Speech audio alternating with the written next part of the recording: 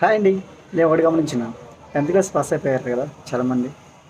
So తర్వాత ఏంటంటే మీరు ఏం ఆలోచిస్తారంటే ఏదో కోర్స్లో జాయిన్ అయిపోవాలి ఇంటర్మీడియట్ అని అనుకుంటుంటారు. సో ఇప్పుడు మీరు తీసుకున్న నిర్ణయం భవిష్యత్తులో మీకు చాలా ఉపయోగకరంగా ఉంటుంది. సో టెక్నికల్ కోర్సులుగా మీరు ఏదైతే చేయాలనుకుంటున్నారో వాటిని మీరు ఇప్పుడు నిర్ణయం తీసుకుంటే మాత్రమే మీకు మంచి జరుగుతుంది. సో మీరు ఎంపీసీ, సిఈసీ, హెచ్ఈసీ, ఎంఈసీ ఎవరో చెప్పిన కోర్సులో మీరు జాయిన్ అవ్వడం అనే దానికంటే కూడా మీరేం చేయాలంటే మీకు ఇంజనీరింగ్ చేయాలనుకుంటుంటే మీరు ఖచ్చితంగా ఎంపీసీ తీసుకోండి. అదేవిధంగా లాయర్ అవ్వాలనుకుంటే సిఈసీ అని కోర్సులు ఉంటాయి.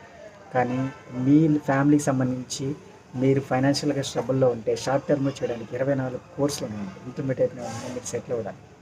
సో అది డిప్లొమా కావచ్చు, నెంబర్ ఆఫ్ టెక్నికల్ కోర్సెస్ ఉన్నాయి. వాటి మీద మీరు ఇంట్రెస్ట్ చూపించండి. సో లైఫ్లో గోల్ అనేది ఇప్పుడు మీరు తీసుకోకపోతే తర్వాత నష్టపోతారు.